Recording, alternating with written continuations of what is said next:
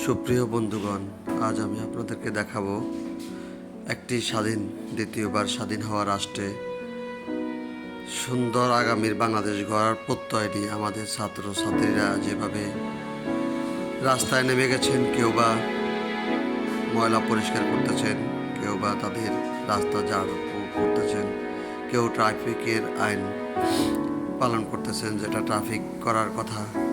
কেউ হেলমেট ছাড়া বাইক চালালে তাদেরকে বোঝানোর চেষ্টা করতেছেন। রাস্তায় ডাস্টবিনের যে ময়লাগুলি বা রাস্তায় ফেলানো যে ময়লাগুলি, তারা সবাই এগুলি পরিষ্কার করতেছেন। বাংলাদেশকে আগামী সুন্দর বাংলাদেশ গড়ার প্রত্যয় নিয়ে ছাত্ররা নেমেছেন রাস্তায়। তাদেরকে বাংলাদেশের মানুষের পক্ষ থেকে অসংখ্য অসংখ্য ধন্যবাদ। তাদের জন্য শুভকামনা রইল।